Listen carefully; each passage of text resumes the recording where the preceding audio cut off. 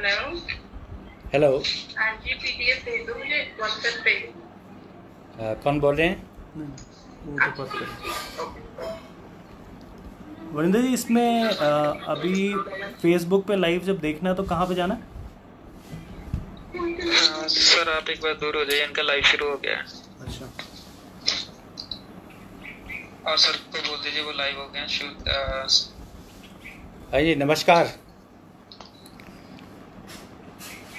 नमस्कार, मैं हूं मदन गुप्ता स्पाटो, एस्ट्रोलॉजर, लाल किताब विशेषज्ञ और वास्तु शास्त्री।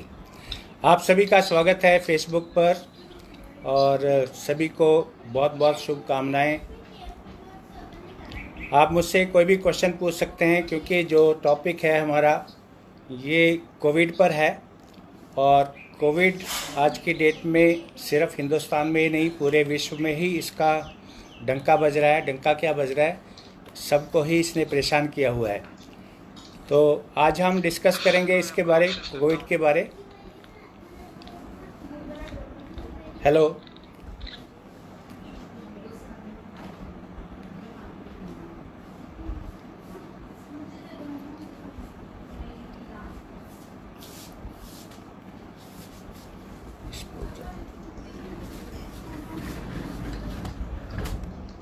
हाँ जी, हाँ जी।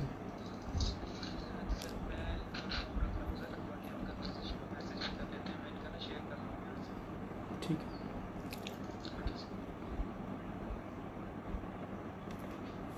क्या कह रहे हैं?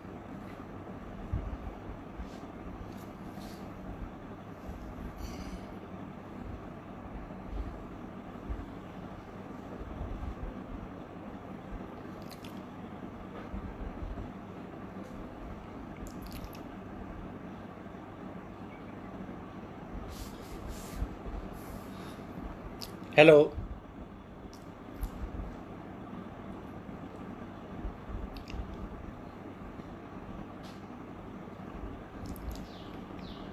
Hello ma'am.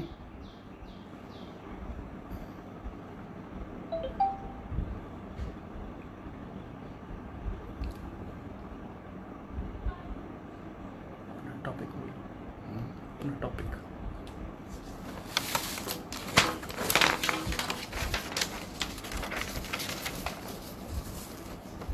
कब खत्म? आपने पूछा नेहर अरोड़ा जी कब ख़त्म होगा सर।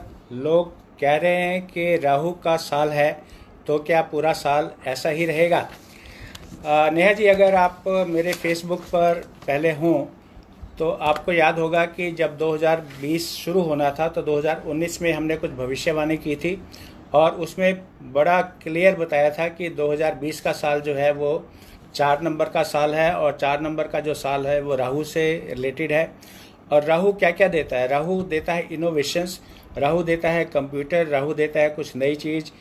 और राहु कहीं ना कहीं इस तरह से जो रोग हैं, संक्रमण के रोग हो गए या इन्फेक्शन से जो होते हैं रोग, ये देता है राहु। और 2020 का क्योंकि साल ही पूरा राहु से ग्रसित है, तो यहाँ पर इस तरह के जो प्रॉब्लम्स हैं जो संक्रमण से संबंधित हैं या किसी न किसी वायरस से संबंधित हैं, ये होने की पूरी संभावना थी। और आपने देखा होगा कि जब 2019 का जो दिसंबर था, दिसंबर में जब सूर्य ग्रहण लगा तो जो पोजीशन बनी, तो हमारे बहुत सारे शास्त्रों में भी कहा गया है कि जो संवत होगा उसमें जो सूर्य ग्रहण होगा उसके बाद कोई ना कोई ऐसा संक्रमण होगा, महामारी आएगी जिसके कारण ये पूरे देश में कहीं ना कहीं इस तरह की प्रॉब्लम्स होंगी। और वही हुआ कि 26 नवंबर को सूर्य ग्रहण लगा और नवंबर में ही और दिसंबर में ही कोरोना जो है वो फैलना शुरू हो गया और शुरू हुआ और पूरे विश्व में फैलना शुरू कर दिया। और बहुत सारे जो ज्योतिषी थे उन्होंने देखा कि ये कोरोना कब ख़त्म होगा। और 16 मार्च की जो फेसबुक पर ही मेरी पोस्ट है, 16 मार्च को हमने डाली थी और उसमें लिखा था कि अभी कोरोना चलेगा लेकिन इसकी जब विदाई है वो जुलाई के बाद ही आरंभ होगी, उसकी संभावना जुलाई के बाद ही होगी। और आप देखिए कि मई का महीना चल रहा है और एस्ट्रोलॉजर्स ने सोचा था कि जब सूर्य उच्च राशि में होगा तो कोरोना ख़त्म हो जाएगा। साइंटिस्ट का भी यही विचार था कि जब सूर्य की गर्मी बढ़ेगी तो बहुत सारी चेंजेस कोरोना के ख़त्म होने की हो जाएगी, लेकिन ऐसा नहीं हुआ। उसके कई कारण हैं क्यों नहीं हुआ। कारण एक तो यह है कि 2020 और 2030 के बीच का जो डिकेड चल रहा है, जो दशक चल रहा है, ये दशक जो है एक परिवर्तन का समय है, परिवर्तन का यानी चेंज का है। कॉस्मोस चेंजेस हैं, एटमॉस्फेरिक चेंजेस हैं। पूरे वर्ल्ड में जो एक नया दशक 20वीं शताब्दी का, 21वीं शताब्दी का है, ये परिवर्तन लाने वाला ही होगा। और ये जो परिवर्तन है ये बहुत अजीब सा परिवर्तन होगा जो पिछले किसी भी सदी में नहीं हुआ।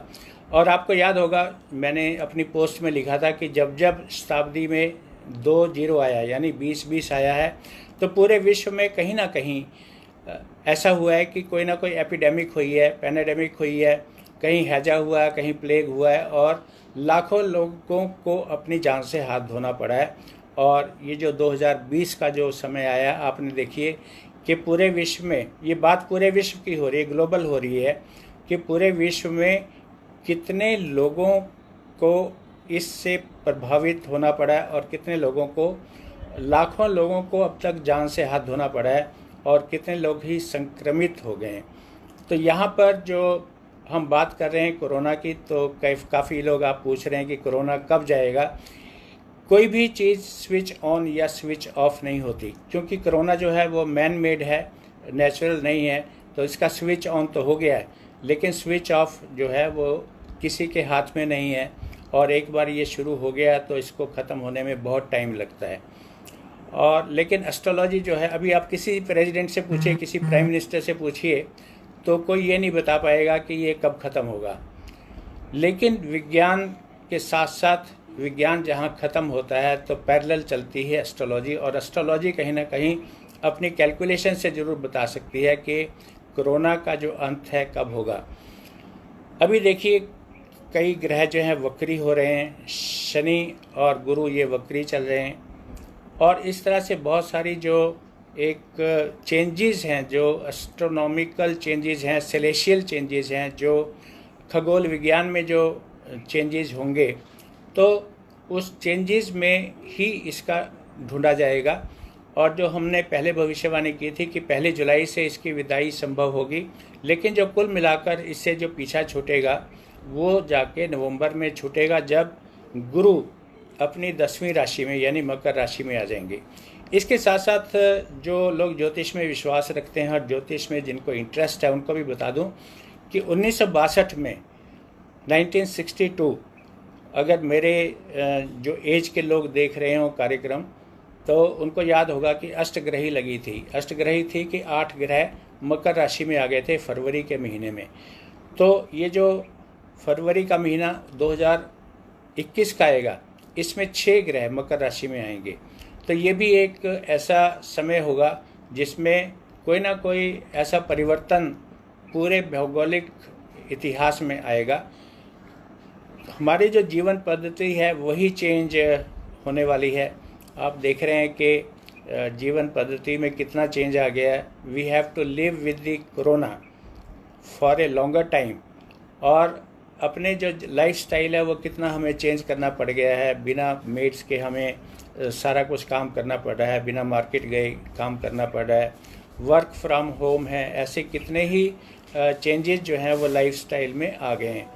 तो ये जो कॉस्मोस चेंजेस आ रही हैं, इससे एस्ट्रोलॉजी में भी काफ़ी चेंज आएगा, और एस्ट्रोलॉजी के बहुत सारे नॉर्म जो हैं उसे चेंज करने पड़ेंगे। मेरी भाभी जी से बात हो रही थी 3-4 रोज़ पहले, उनका भी प्रोग्राम एक चैनल पर अभी 4 से 5 बजे के बीच आएगा।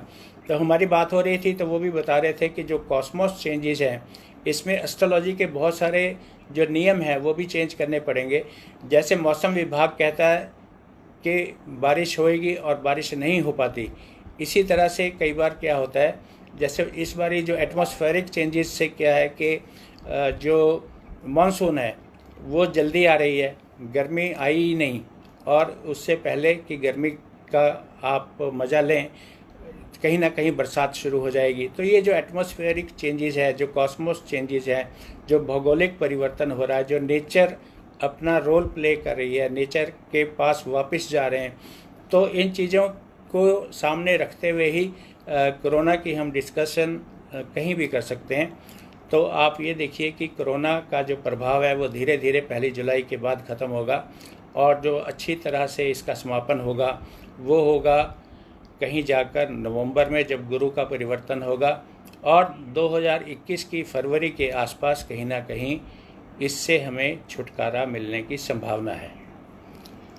वरिंदर जी, आपने लिखा है हाउस नंबर 22 है, क्या मुझे घर शिफ्ट करना चाहिए?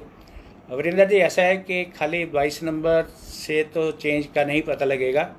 22 नंबर हालांकि एक राहु का नंबर है, तो इसमें आपने, यदि आपको लगता है कि इसमें बहुत सारी परेशानियां आ रही हैं और आपका जो 4 नंबर मैच नहीं कर रहा हो कहीं, तो आप चेंज कर सकते हैं। अगर इसमें कहीं 8 का कॉम्बिनेशन भी आ जाता है 4 के साथ, तो वो कई बारी अच्छा नहीं होता। लेकिन फिर भी एस्ट्रोलॉजी में जब तक हम पूरी कुंडली ना देखें तब तक किसी चीज़ के बारे पूरा बताना मुश्किल होता है, और वो अधकचरी फोरकास्ट हो जाती है।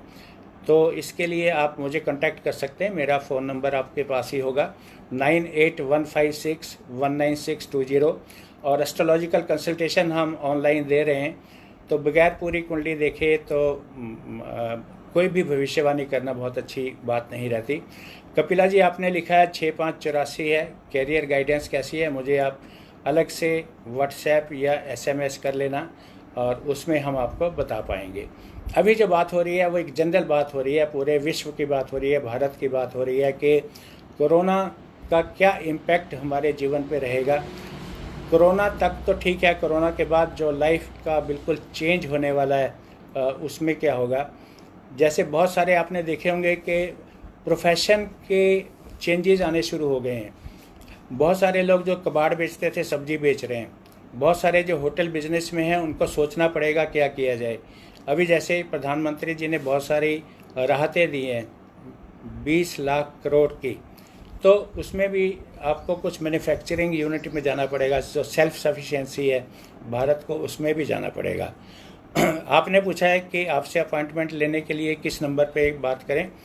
नंबर एक बारी फिर नोट कर लीजिए, 9815619620।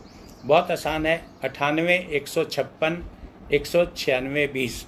और इसके साथ मेरी आप ईमेल भी नोट कर सकते हैं। ईमेल बहुत आसान है, मेरा नाम आपको मालूम है, मदन गुप्ता स्पाटू, और ईमेल है spatu spatu196@gmail.com।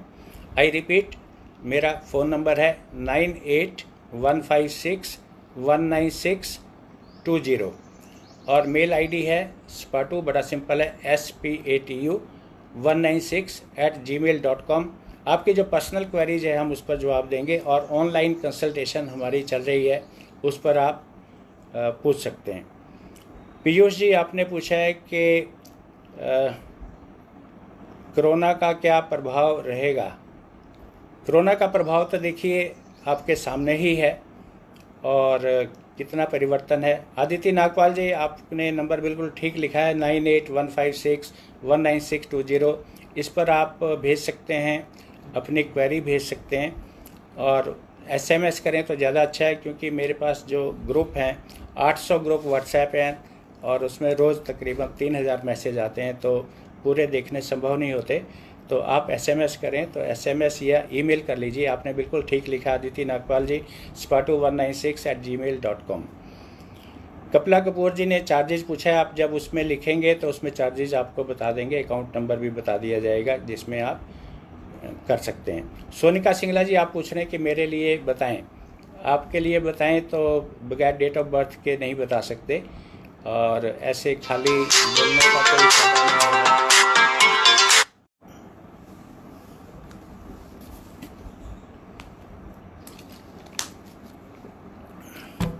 पीयूष जी, आपने पूछा मेरी राशि में राहु की दशा चल रही है।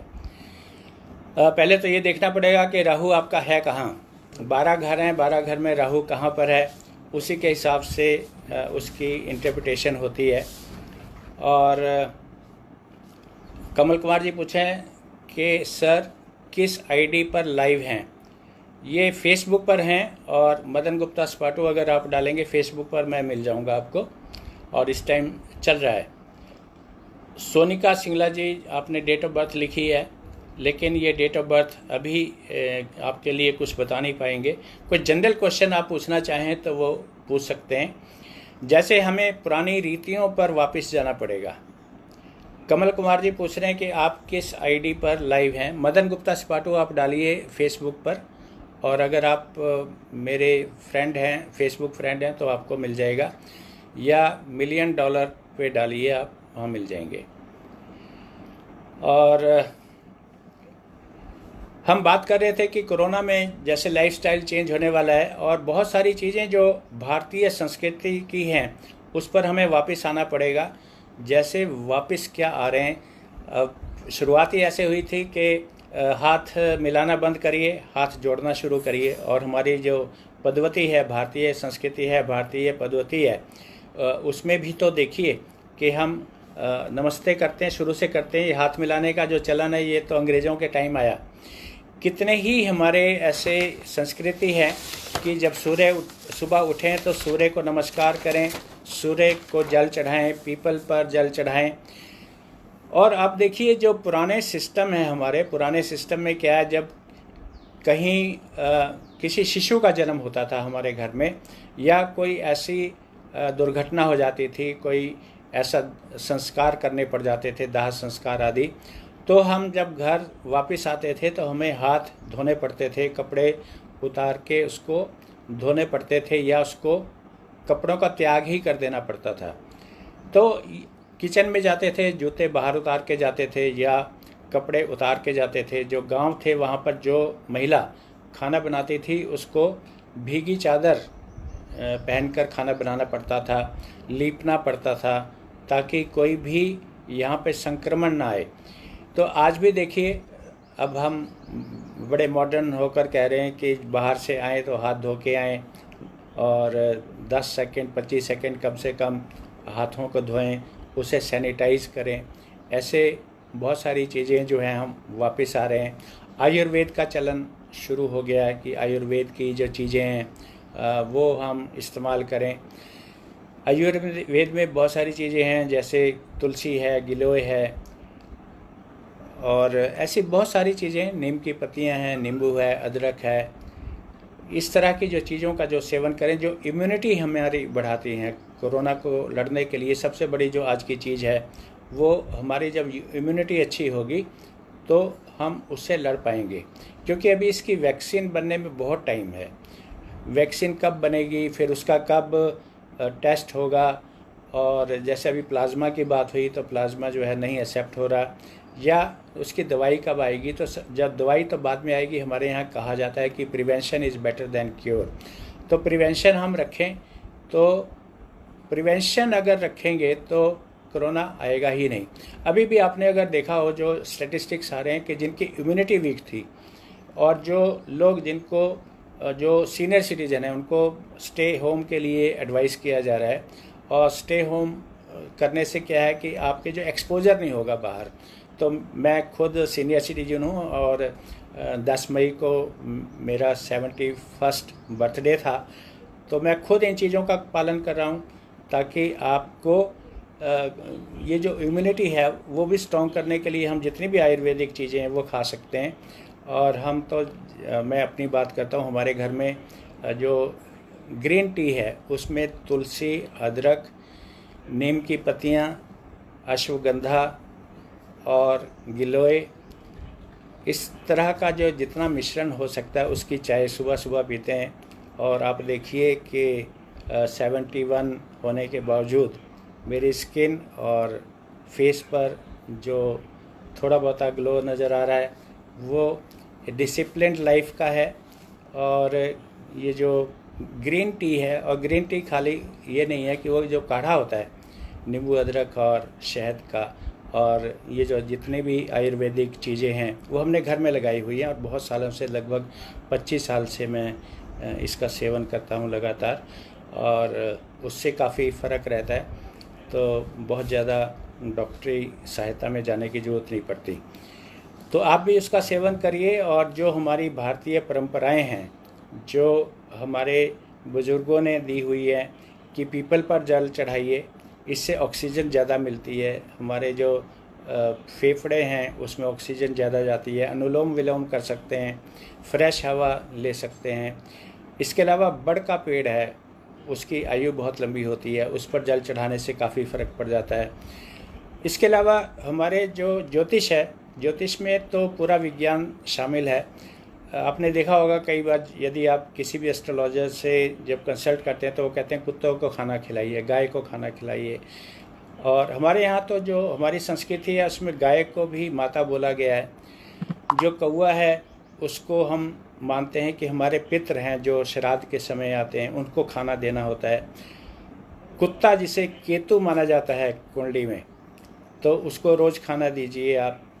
इस तरह से जो पक्षी हैं, और बैल को पूजा जाता है हमारे यहाँ, तो सूर्य को पूजा जाता है, वृक्षों को पूजा जाता है, और पीपल को तो पूजा ही जाता है, बड़ के वृक्ष को पूजा जाता है, तुलसी को उसके आगे दीपक जलाया जाता है। तो हमारे तो जितने भी संस्कृति है, हमारे जितने भी संस्कार हैं कि 15 दिन में एक दिन व्रत रखिए, एकादशी आई तो चावल ना खाइए, इसके पीछे भी एक साइंटिफिक कारण होता है। पूर्णमासी पर आप व्रत रख सकते हैं, सत्यनारायण की कथा सुन लें। अब सत्यनारायण की बात भी हम कर लेते हैं कि हम बचपन से सत्यनारायण की कथा सुनते आ रहे थे, लेकिन उसमें यही नहीं पता लगता था कि सत्यनारायण का जो थीम है वो क्या है। उसमें 5 कहानियाँ हैं, 5 कहानियाँ पंडित जी सुनाते थे और हम सुन लेते थे और प्रसाद खा पी के अपना मस्त हो जाते थे। लेकिन जब बाद में मैंने रिसर्च करके देखा कि सत्यनारायण की कथा में है क्या, व्रत क्या है, तो सत्यनारायण की जो व्रत है वो तकरीबन पूर्णमासी पर होता है।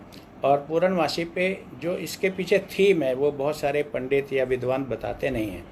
उसमें यह है कि कम से कम एक दिन ऐसा ज़रूर हो जिस दिन हम सत्य बोलें। कलयुग में सत्य बोलना जो है वो भी एक रेयर चीज़ है। आपको कहीं ना कहीं झूठ बोलना पड़ता है, चाहे वो आप अपने बच्चों से बोलें, पड़ोसी से बोलें, जिसको पैसे देने हैं उससे बोलिए। तो एक व्रत होता है कि आज के दिन हम सत्य के अलावा और कुछ नहीं बोलेंगे, तो वो सत्यनारायण का व्रत जो है इसलिए रखा जाता है।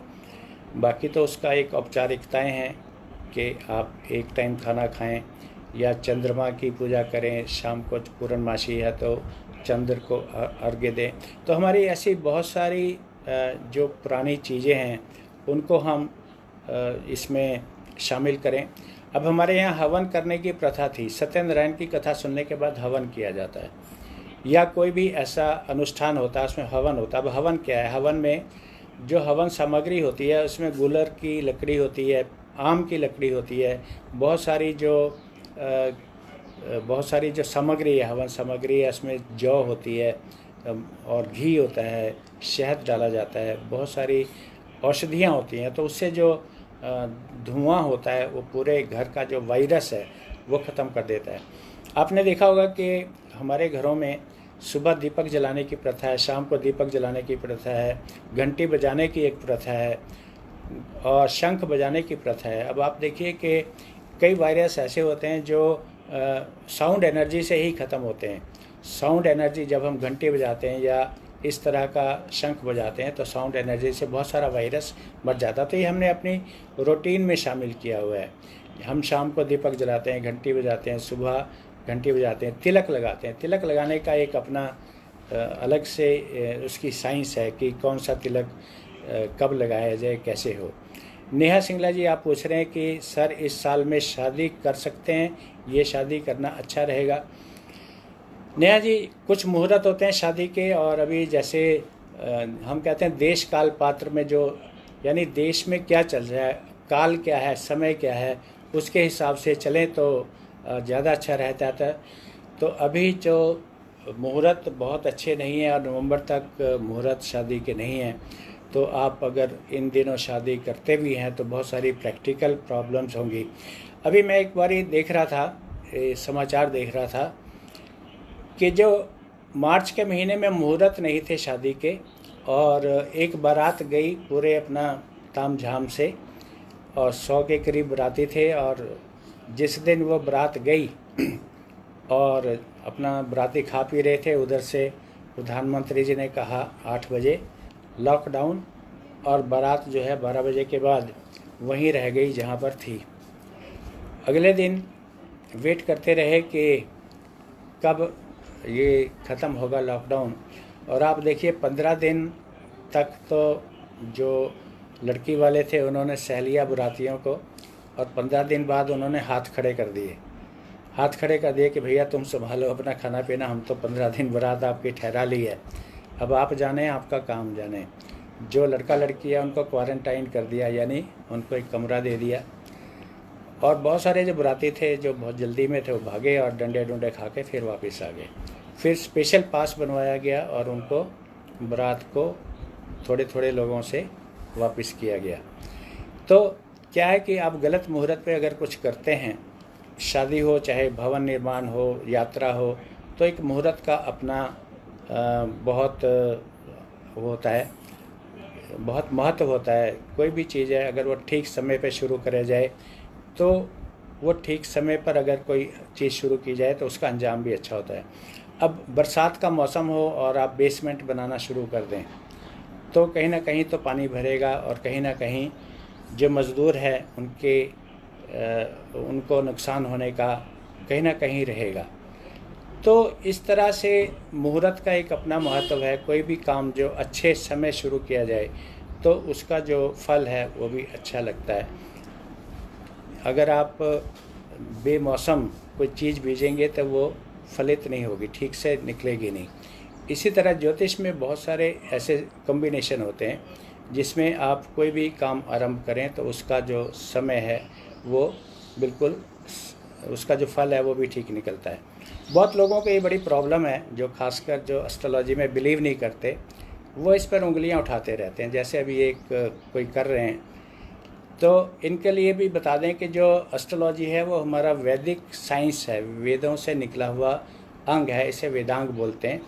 और अगर इन दिनों आपने रामायण भी देखी और महाभारत भी देख रहे हों तो चलिए जो देख रहे हैं उनके लिए भी बता दें कि जो ये एस्ट्रोलॉजी है, ये ज्योतिष है, ये रामायण काल से चली आ रही है। अगर आपने बहुत ध्यान से देखा होगा तो भगवान राम एक जगह बोलते हैं कि अभी जो चंद्रमा है वो हस्त नक्षत्र में नहीं है, कल हस्त नक्षत्र में आएगा तो हम यात्रा आरंभ करेंगे।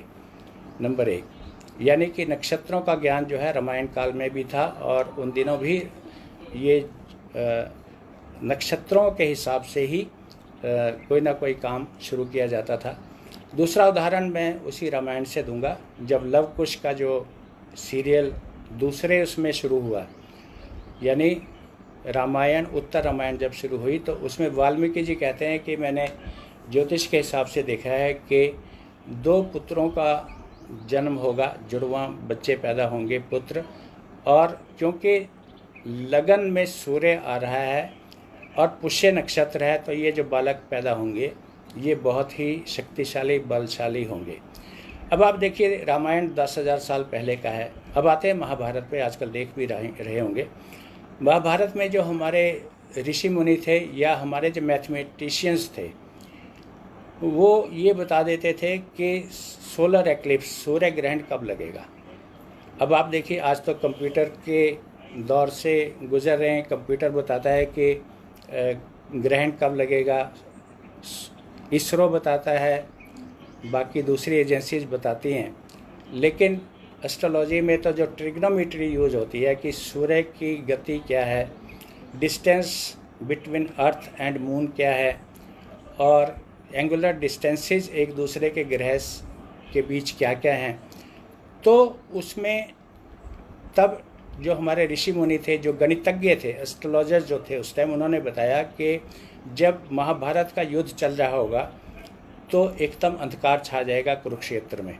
कुरुक्षेत्र में पूर्ण सूर्य ग्रहण होगा, और सूर्य ग्रहण जब होगा तब अंधेरा छा जाएगा। अंधेरा छा जाएगा तो जो एक महारथी थे उनका वध करा दिया जाएगा। और ऐसे ही हुआ, ठीक निश्चित समय पर सूर्य ग्रहण लगा, पूर्ण सूर्य ग्रहण था और बिल्कुल अंधेरा छा गया। और जब छा गया तो उस महारथी को भगवान कृष्ण ने धोखे से मरवा दिया। अब वो तो महाभारत है, उसमें कुछ भी बहुत सारी चीज़ें हैं, लेकिन यहाँ पर जो मेरा पॉइंट है वो ये है कि महाभारत काल में भी ज्योतिष का पूरा उपयोग हुआ, रामायण काल में भी ज्योतिष की पूरी नॉलेज थी। अब ये हमारा एक मिसफॉर्चून है कि हमारे बहुत सारे ग्रंथों पर जला दिया गया और आज हमारे ही लोग इसका विरोध करते हैं। किसी यूनिवर्सिटी में इसको पूरा सब्जेक्ट बनाने के लिए नहीं दिया। उसके लिए बहुत सारे एस्ट्रोलॉजर भी जिम्मेवार हैं कि हम बिना पढ़े लिखे इसमें कूद पड़ते हैं और अपनी अपनी प्रेडिक्शंस देनी शुरू कर देते हैं। ये इतना आसान सब्जेक्ट नहीं है जितना लगता है। ज्योतिष में तो कहा गया कि अगर आप 7 जन्म भी ले लें तो भी यहाँ पर इसको आप पूरी तरह सीख नहीं सकते। ये कोई 2 महीने का क्रैश कोर्स करके दुकान खोल के चलाने वाला काम नहीं है। उससे ज्योतिष की जो क्रेडिबिलिटी है वो कम हो जाती है और ज्योतिषियों पर बहुत सारी उंगलियां उठनी शुरू हो जाती हैं कि ज्योतिष साइंस है या बकवास है। और अक्सर फेसबुक पर तो यही होता है, अगर कभी हम पोस्ट डालते हैं तो उसमें बहुत सारे ऐसे लोग टपक पड़ते हैं जिनको ज्योतिष का ज्ञान ही नहीं है, ज्योतिष का ABCD नहीं पता होता, तभी अपनी उसमें टांगे फंसाते हैं। वो कुछ अपनी तो भविष्यवाणी कर नहीं सकते क्योंकि उनके पास ऐसा कोई टूल नहीं है, और जब कोई दूसरा करता है तो उसमें मीन मेख निकालते हैं। एक बाबा भी हैं जो लाला बन गए हैं, तो उनकी भी यही है, वो पूछते हैं कि क्या शनि इतने ऊपर बैठकर हमारे को क्या कर सकता है। तो ऐसा नहीं है, उसमें शनि कोई फिजिकली तो उतर के आएगा नहीं धरती पर, लेकिन जो साइंस के स्टूडेंट्स हैं वो जानते होंगे कि जो ग्रेविटेशनल पुल्स एंड पुशेस होते हैं, एक दूसरे का प्रभाव जो है वो एक दूसरे के ग्रहों पर पड़ता है।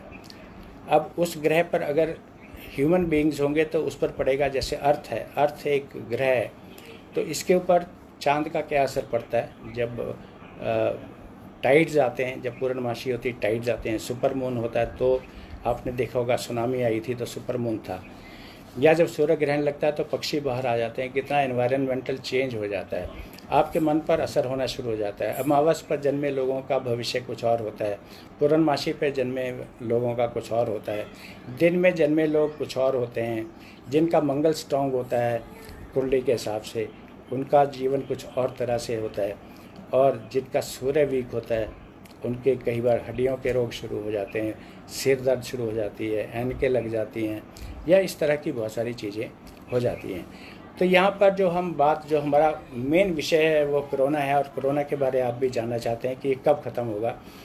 तो जैसे एक बारी फिर हम शुरुआत पे आते हैं कि नवंबर में इसकी शुरुआत हो गई थी, दिसंबर में ये विजिबल हुआ वुहान में, और धीरे धीरे ये फैला, और जो भारत में पता लगा वो तकरीबन 8 मार्च के आसपास पता लगा, जब प्रधानमंत्री ने एक बैठक ली और कोरोना के बारे इसमें चर्चा हुई। उससे पहले कहा जाता है, मुझे बहुत अच्छी तरह तो नहीं पता है, लेकिन जो राहुल गांधी ने इसके बारे फरवरी में ज़रूर कहा था कि कोई हमें स्टेप्स लेने चाहिए।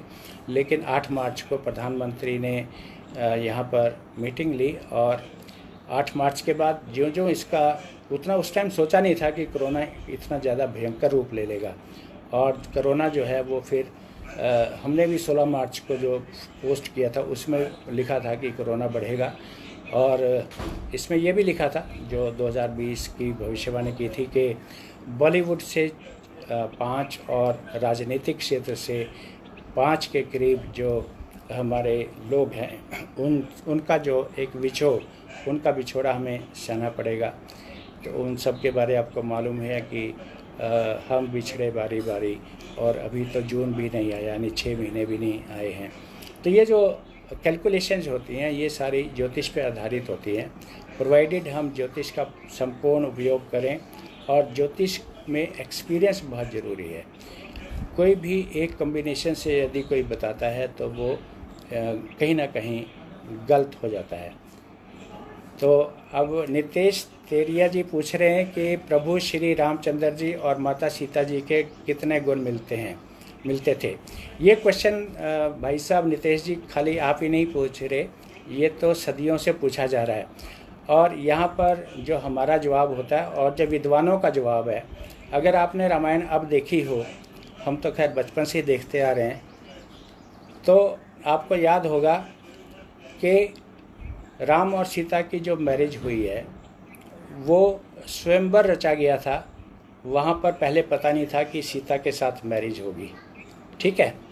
स्वयंवर में आपको पता ही नहीं डेट ऑफ बर्थ क्या है, उनकी कुंडली क्या है, राम की कुंडली उससे मिलती, सीता से नहीं मिलती।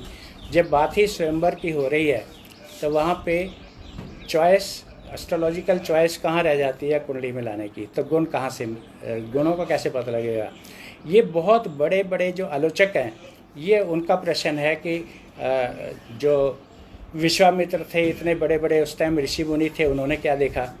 तो भाई साहब, अगर रामायण अच्छी तरह देखी हो और इतिहास आपको अच्छी तरह उसकी जानकारी हो तो आप आज ये बात ध्यान में रखिए, और जितने ये हमारे देखने वाले हैं ये वाला प्रश्न दोबारा ना करें, पहले रामायण देखें। रामायण में जो सीता का चयन है वो कोई भी कर सकता था, रावण कर सकता था, जो धनुष तोड़ देता वो कर सकता था। तो वहाँ पे सीता की कुंडली मिलाने का समय कहाँ था, और सीता का जो जन्म था वो आपको मालूम है कि जब राजा जनक हल चला रहे थे तो एक घड़े में वो मिली। तो राजा जनक को भी उनके जन्म का समय नहीं मालूम है, और वो अलग बात है कि सीता ने हमेशा ही दुख ही पाया। और हमने तो ये भी देखा है कि बहुत सारे लोग जो अपनी पुत्री का नाम सीता रख देते हैं तो वो जीवन में बहुत ज़्यादा सुखी मैंने अपने लाइफ में नहीं देखी है।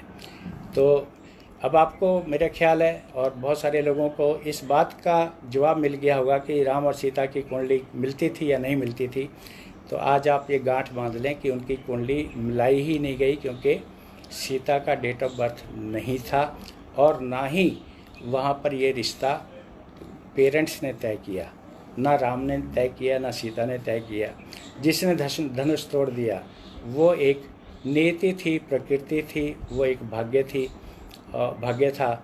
तो भाग्यवश या सौभाग्यवश या दुर्भाग्यवश सीता की जो शादी है वो राम से हुई, और जैसे ही शादी हुई और अंत तक सीता को कभी वियोग सहना पड़ा, कभी दुख सहने पड़े, यानी सीता का जीवन कभी बहुत ज़्यादा सुखी नहीं रहा।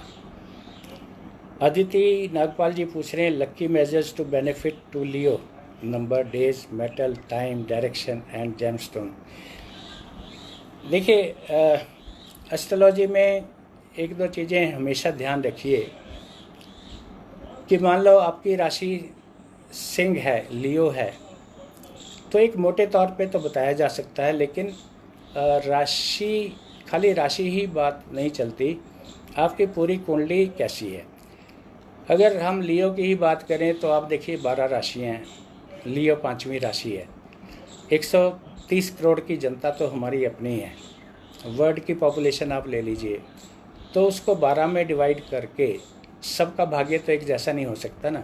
लेकिन फिर भी एक मोटे तौर पे आपने पूछा है कि लियो के लिए लक्की नंबर क्या है, तो अदिति जी 1 नंबर, 5 नंबर ये लक्की नंबर होते हैं, या 1 का कॉम्बिनेशन जो भी बनता है, 1 और 10, 19, 28 इस तरह से। और मेटल हमेशा गोल्ड अच्छी रहती है। दिन का समय, क्योंकि सूर्य की राशि है तो दिन का समय अच्छा होता है, और ईस्ट डायरेक्शन बहुत अच्छी रहती है लियो वालों के लिए। और आपने जेमस्टोन पूछा है तो मोस्टली रूबी प्रेस्क्राइब किया जाता है, माणिक जो लाल रंग का होता है, गुलाबी रंग का होता है। बर्मा का माणिक जो है वो सबसे अच्छा माना जाता है, लेकिन बर्मा का जो माणिक है वो मिलता नहीं है, और अगर कहीं मिलता है तो वो हो सकता है डुप्लीकेट हो। तो जब भी आप जेम्स लें, अच्छे ज्वेलर से लें, गारंटीड लें, उसका कार्ड लीजिए, उसकी जो ऑथेंटिकेशन है वो ठीक होनी चाहिए। और अगर वो डुप्लीकेट निकलता है तो आज की डेट में कंज्यूमर कोर्ट है, पुलिस केस है, आप हर्जाना ले सकते हैं। अगर कोई चीट करता है एस्ट्रोलॉजर, ज्वेलर आपसे, तो आप उसी दुकान से लीजिए जो गारंटी देता है, गारंटी कार्ड देता है, और गारंटी कार्ड भी ठीक हो। वीरेंद्र सिंह जी पूछ रहे हैं 6791 कैंसर के लिए लक्की नंबर और कलर क्या है, मोटा मोटा सा बता दीजिए। जी आपके 6 7